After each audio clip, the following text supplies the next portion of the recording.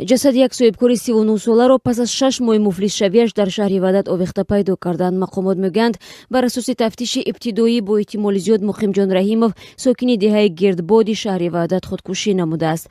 Ҷасади овехтаи ӯ бегоҳи 11 апрел аз хонаи бародараш пайдо шудааст. Нисфи рӯзии 12 апрел ӯро дафн карданд. Аз ӯ 3 фарзанд, як писар ва 2 духтар боқӣ монд. Пайвандон ва дӯстони Муқимҷон Раҳимов мегӯянд ӯ то манъи фурӯши асъори хориҷӣ сароф буд ва пас аз бастани сарофиёт дар маркази дилерӣ симкорти ширкатҳои мобилиро мефурӯхт. Ин нави тиҷорат низ охири соли 2017 дар Тоҷикистон маҳдуд шуд ва танҳо ширкатҳои мобилӣ ҳаққи фурӯхтани симкортро пайдо карданд.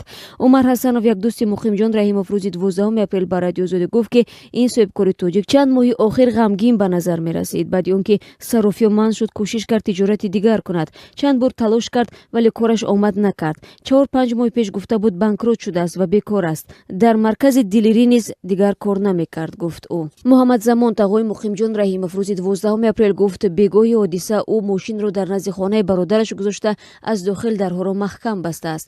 Он замон ба гуфтаи ӯ дар хонаи бародари Муқимҷон касе набудааст. Маъмулан бархе аз онҳое ки қасди худкушӣ мекунанд навиштаҳое аз худ боқӣ мегузоранд, вале ин мард мегӯяд хоҳарзодааш аз худ ҳеҷ паёме нагузошта буд.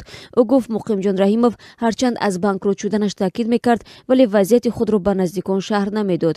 Ба касе чизе нагуфтааст. Падараш нобино буд ва бояд ҳамин рӯз, яъне 12 апрел ҷарроҳӣ мекарданд, ки ин ҳодиса рух дод, гуфт ӯ. Ин ҳодисаро феълан додистонии шаҳри Ваҳдад тафтиш мекунад. Як мақоми шуъбаи корҳои дохилии шаҳри Ваҳдад гуфт, ҳанӯз тафтишот анҷом нашудааст, вале ҳодисаро бар асоси фарзия худкушӣ таҳқиқ дорад. Пайвандон ва дӯстони ӯ мегӯянд, агар худкушӣ карда бошад, эҳтимол яке аз сабабҳояш муфлис шудани ӯст. Мақомот мегӯянд, солҳои ахир худкушии мардҳо афзоиш ёфтааст. Танҳо дар соли 2016 дар Тоҷикистон 320 мард худро куштанд, ки дар муқоиса бо теъдоди заноне ки ба худкушӣ роҳ оварданд 43 нафар бештаранд.